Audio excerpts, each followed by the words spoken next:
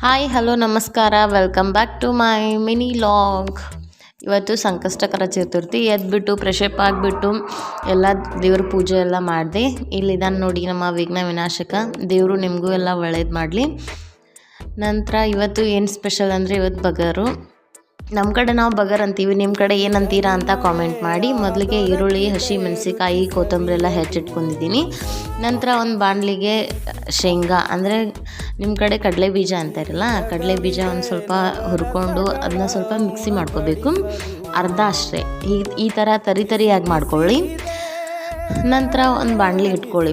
ನಮ್ಮ ಕಡೆ ನಾವು ಇದಕ್ಕೆ ಬಗರ್ ಅಂತ ಅಂತೀವಿ. ಅಂದರೆ ಒಂದೊಂದು ಸಲ ಒಬ್ಬೊಬ್ಬರಿಗೆ ಅಂಟಂಟಾಗಿ ಬರುತ್ತಿಲ್ಲ. ಈ ಥರ ಉದ್ರುದ್ರಾಗಿ ಬರೋಕ್ಕೆ ಹೇಗೆ ಮಾಡಬೇಕಂತ ನಾನು ತೋರಿಸ್ತೀನಿ. ಒಂದು ಬಾಣಲಿ ಇಟ್ಕೊಂಡು ಅದಕ್ಕೆ ಒಂದು ಸ್ವಲ್ಪ ಎಣ್ಣೆ ಹಾಕ್ಕೊಳ್ಳಿ. ನಂತರ ಅರ್ಧ ಮಿಕ್ಕಿಟ್ಟಿರ್ತಾವಲ್ವಾ, ಅವನ್ನೆಲ್ಲ ಕಡಲೆ ಬೀಜನೆಲ್ಲ ಹಾಕೋಬೇಕು. ನಂತರ ಸಾಸಿವೆ ಜೀರಿಗೆ ಹಾಕ್ಕೊಂಡು ಫ್ರೈ ಮಾಡ್ಕೊಳ್ಳಿ. ತುಂಬ ಚೆನ್ನಾಗಿ ಬರುತ್ತೆ, ನೀವು ಒಂದು ಸಲ ಟ್ರೈ ಮಾಡಿ.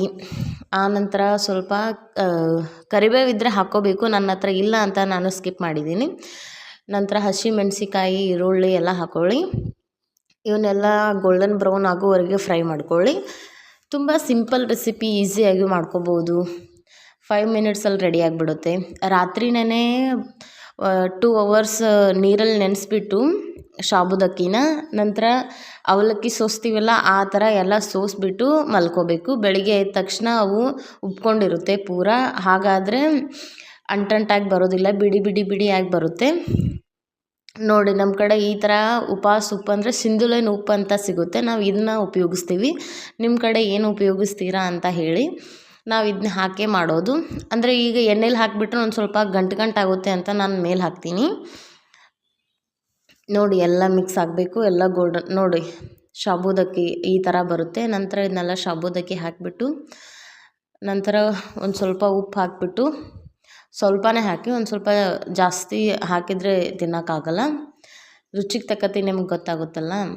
ನಂತರ ಈ ಥರ ಮಿಕ್ಸಿ ಮಾಡಿಟ್ಕೊಂಡಿರೋ ಶೇಂಗಾ ಹಾಕಿ, ಶೇಂಗಾ ಪುಡಿನ ಈ ಥರ ಎಲ್ಲ ಮಿಕ್ಸ್ ಮಾಡಿಬಿಟ್ಟು, ಅಂದರೆ ವೈಟ್ ಕಲರ್ ಇರುವೆಲ್ಲ ಒಂದು ಸ್ವಲ್ಪ ಕಲರ್ ಚೇಂಜ್ ಆಗಬೇಕು. ಒಂದು ಸ್ವಲ್ಪ ಬಾಡಿಸಿದ್ಮೇಲೆ ನಿಮ್ಗೆ ಗೊತ್ತಾಗುತ್ತೆ. ಆ ಥರ ಎಲ್ಲ ಕಲರ್ ಚೇಂಜ್ ಆಗೋವರೆಗೂ ಬಾಡಿಸಿ, ನಂತರ ಹೆಚ್ಚಿಟ್ಕೊಂಡಿರುವಂಥ ಕೊತ್ತಂಬರಿ ಹಾಕಿಬಿಟ್ಟು, ನಂತರ ಇನ್ನೊಂದು ನಿಮಿಷ ಎಲ್ಲ ಬಾಡಿಸಿದ್ರೆ ಬಿಸಿ ಆಗಿರುವಂಥ ಬಗರ್ ತಿನ್ನೋಲು ರೆಡಿ ಆಗಿಬಿಡುತ್ತೆ.